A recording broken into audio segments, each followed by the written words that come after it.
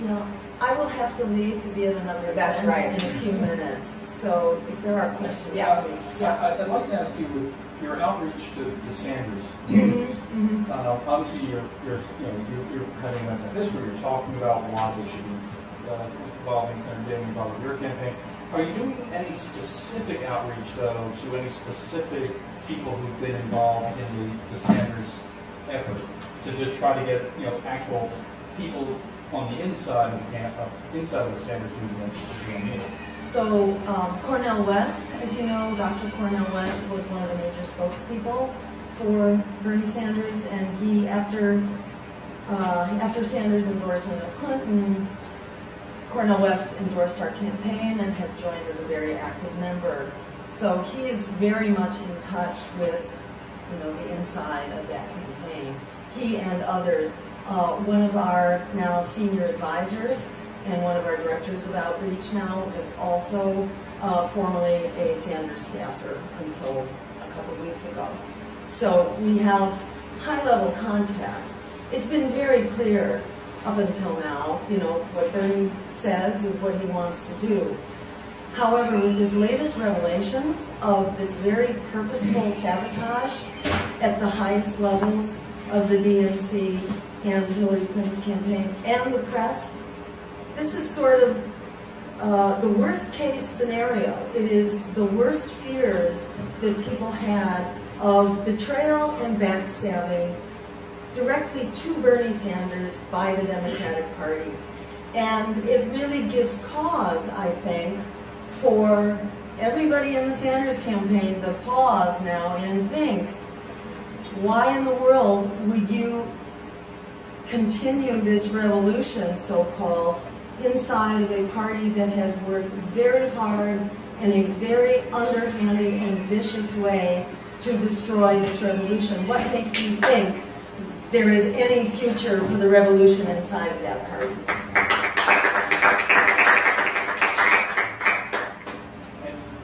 And what's the future of your effort to get them onto your campaign? What are you going to be doing over the next few weeks or a few months? Well, in fact, in the next few minutes, I will be at one of the gatherings of that campaign, the People's Convention, which is largely Bernie Sanders people. Now, they are not a political organization, but they have given me a very prominent key role, keynote place, along with Nina Turner, who is another, shall we say, not especially happy camper, that has also been a spokesperson, is also very close with Cornel West. So in a non-partisan way, they are allowing the Bernie's movement to kind of have a huddle right now and think about where do we go from here. In fact, that's sort of the cause of the convention. There are many such events taking place over the course of this week, and those are in our schedule, which I think you will have a copy of. So that, I think... Most of them are delegates that you're going to go talk to. Is that so? Okay. Yes, I mean, I understand that the delegates they weren't happy, a week ago, but after this latest evidence, the smoking gun, the smoke was already there, now we see the gun, and that gun has been aimed directly at the Sanders campaign by the DNC, and it really gives good cause, I think, to just abandon the Democratic Party to its own corrupt devices at this point, and for us to join forces as a political party, the one national political party which is not corrupted by that big money that's calling the shots. We are inviting people to come in at all levels, staff, volunteers, and in fact, even before we began to invite people, they began pouring in, and our volunteers, just skyrocketed. The people on our petition drives are thronging, and our fundraising went up 1,000%. Our Facebook, in the course of 2 days, went from 5,000 new ads per week to 90,000 ads per week, new ads per week. So it's out there, and I think this latest hit, which kind of got buried on a Friday afternoon, but that word is going to get out, especially as the Sanders movement is meeting up and meeting up with us in particular. And they will be joining us on the march as well. Thank you. Thank you, Jim. Any other quick questions? Because I know she's got to go.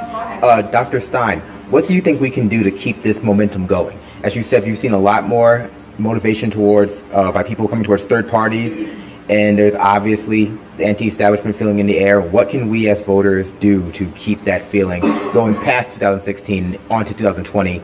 Get people like you into the debate, stuff like that. Exactly, and that's a big focus ahead. I just heard, and this is secondhand, so I can't verify it, but I just heard that our campaign is at 12% in Florida. I've heard this from a few reliable sources. Even barring that information, which I can't validate at the moment, but we've gone from 2% to 6 and 7% in the last 6-7 weeks without any coverage from mainstream media. And by the way, these email revelations show that the DNC is colluding very specifically with the media in order to support Hillary's campaign. We've recently begun having some attack interviews by higher levels of media as they begin to pay attention to us. They are coming at us with an effort to kind of manipulate a gotcha conversation. And it does raise questions about, is there collusion going on here as well, that has attempted to silence our campaign and to black out knowledge of our campaign. We have basically been locked out of corporate media in a way that even the libertarians have not. Because the libertarians, while we share some opinions and positions with them against the war, respecting immigrant rights, against the drug wars, the libertarians oppose any restrictions on money in politics, and would support Citizens United on steroids. They oppose having any limits on the ability of corporations to buy our politics and our politicians. So to that extent, we are the one real threat out there in the political system now that they have silenced Bernie Sanders. And many Sanders supporters are flocking to our campaign. We are sort of the next target.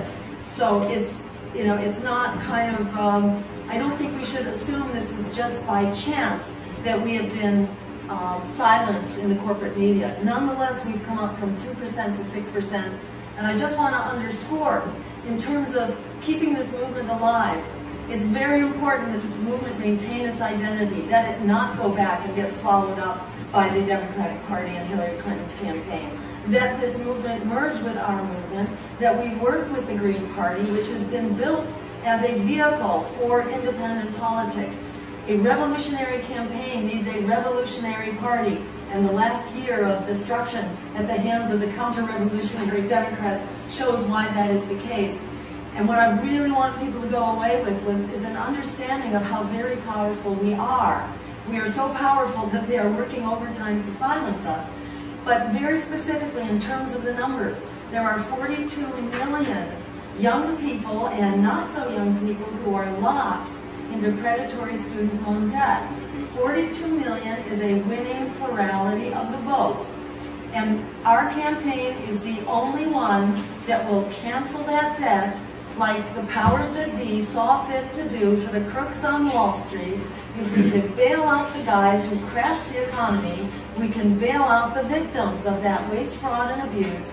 To do so, we have a tool at our disposal in the same way that quantitative easing was used for the banks, $4.5 trillion. Far less would be required to bail out students, $1.5 trillion. And the final good news here is that this doesn't have to go through Congress, that quantitative easing is essentially decided by the Federal Reserve, and the President gets to appoint the chair of the Federal Reserve. So if you start to connect the dots, there's a rather compelling exit strategy here for a generation that has essentially been locked into a human rights crisis because they have been the victims of a predatory economy across the board, not only trapped and exploited by student debt and the skyrocketing cost of higher education, by the absence of jobs and the development of this new gig economy with low-wage temporary part-time jobs in the fact that there will be no climate.